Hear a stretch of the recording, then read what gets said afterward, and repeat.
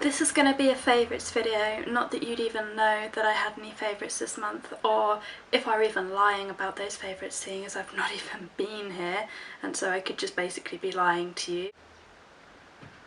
But I'm really sorry that I've not been around this month. It's been really manic. You can see by the absolute detritus around me that we're about T-3 days away from moving. We are hilariously underprepared, and basically we just seem to be spending our time staring around and not knowing what the hell to do. So basically our house has become this really dangerous assault course of just boxes and stuff all over the floor.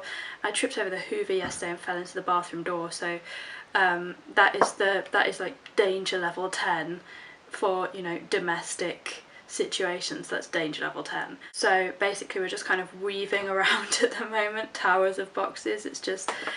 It's awful, especially because you don't realise how much stuff you actually use, so you can't actually pack it, and then you realise you've packed stuff that you need and then you have to dig it. Oh god, it's a mess. We're clearly not adult enough to deal with this. My favourite theme for the whole month was kind of warm eyes. I just loved eyeshadow this month, which is quite rare because usually I'm quite, I don't know, eyeshadow doesn't really bother me. That's my least favourite thing. So one of my absolute favourite things for the whole of the month of March was the Pleasures of Paris palette. This is from NARS.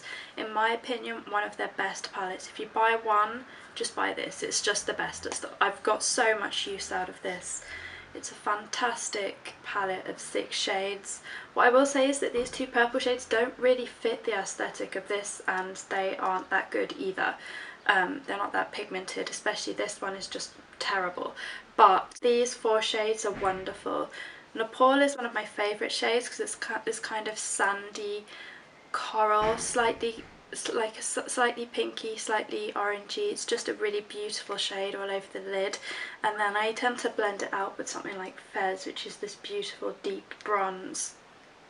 I also love Abyssinia all over the lid. It's just really easy to wear, just a beautiful creamy beige, and then Cordura on the end, my absolute favourite, sooty black brown, really pigmented, gives a perfect smoky eye to any look, and it has a little bit of gold shimmer in it just to give it a little bit of a pop. NARS Pleasures of Paris palette, I absolutely adore this palette. I've also really loved the Mercier Petite eye trio, and this is in Smoky Mauves.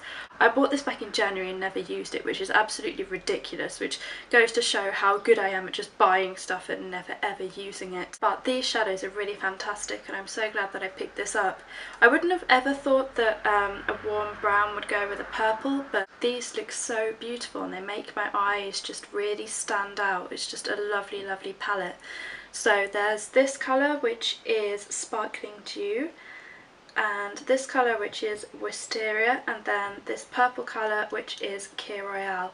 And the quality is just beautiful. They're really soft, really pigmented, really impressed with these, and I probably wouldn't have tried Laura Mercier eyeshadows if not for this. So I've just been loving that kind of really warm eye with a peachy cheek and a peachy lip. Another eyeshadow I've been really loving is Urban Decay's Sellout. This is one of my ultimate favourite neutral colours. It's a beautiful pearlized champagne colour. It kind of flashes up a bit more white than you'd think. It seems quite yellowy in the pan, and then on the lid it's a bit more white and pearly, and it's just one of those shades which I just feel like I'll buy time and time again. I absolutely love it. I get so much wear out of it, and I find that it goes with pretty much everything. So Urban Decay Sellout, the texture is fantastic, really creamy and soft. Next, for blushes, I rediscovered NARS Orgasm this month. I just find this blush so easy to wear. Just really, it's like an old friends with benefits. As much as I really wanted to make myself use NARS Gaiety from the spring collection, which was the neon pink blush, every time I reach for it, something in my brain just went, no. I couldn't wear it. It's just, my reaction was just no, I don't want to wear this blush. And instead I really favoured something like Orgasm, really beautiful, peachy with a goldy sheen, just really easy to wear. Goes with so many looks. It's really flattering. It's got a beautiful sheen in the sunlight. Even though I sit inside and hate sunlight anyway, I can appreciate a nice blush when I see one, and Orgasm is just one of those comfortable blushes which I just find so effortless. Next blush I loved this month was Frat Boy by TheBalm, which is this really sunny pinky coral colour. It's really pigmented and it's matte, so it's a beautiful colour to wear. It reminds me of NARS Gilder, and I almost bought NARS Gilder the other day and reminded myself that I already had something a little bit similar. So the TheBalm Frat Boy is just one of those perfect matte blushes. It gives you that really beautiful kind of young, youthful flush. It just blends beautifully. It's so pigmented, really lovely.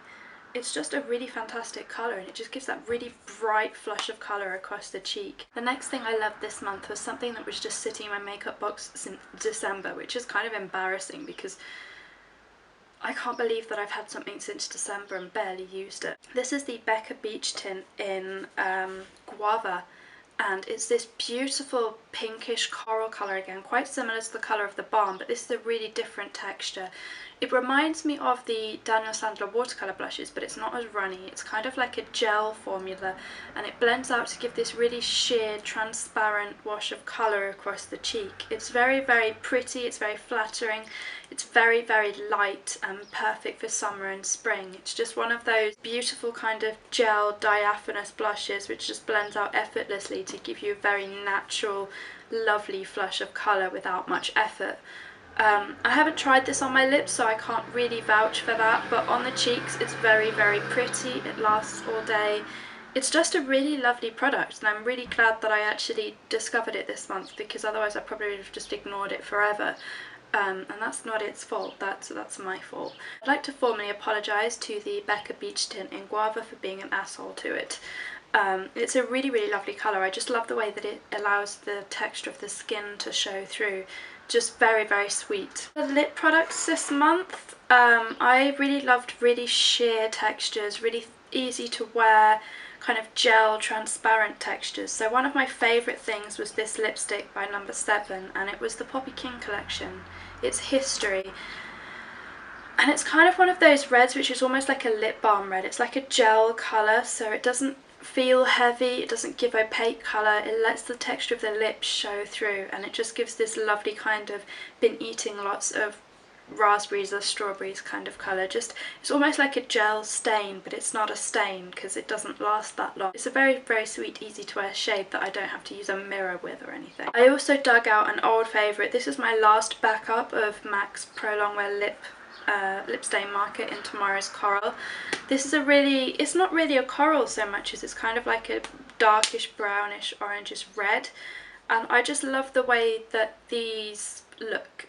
They don't really apply that well, they're quite patchy, quite streaky, but I love these. These are one of those products that, despite all of the problems with it, I just love this one. I'm really sad that these went away, so just a really simple lip stain. I've been really liking those kind of sheer lip colours.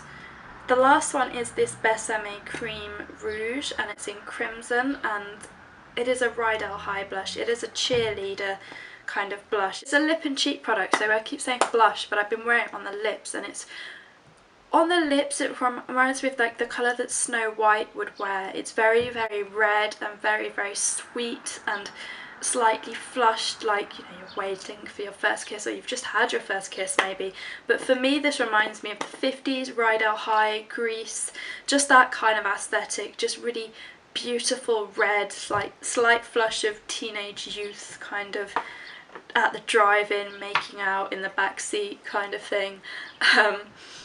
Not from experience, because I've never ever been to a drive-in. We don't really have those in the UK.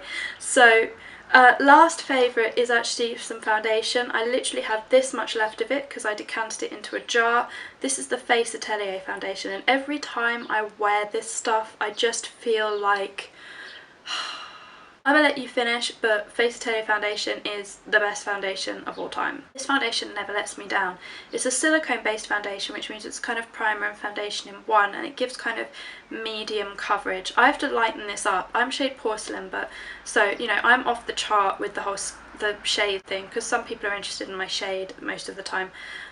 So I'm off the chart with that, but I just love the way it applies. It's so smooth, velvety, just blends in completely effortlessly. I just use my fingers with this because I find that the finish is perfect with my fingers, and I I'm pretty lucky in that I have good skin, but when I wear something like Face Atelier Ultra Foundation, I feel like my skin just is really perfect. It doesn't go dewy too quickly.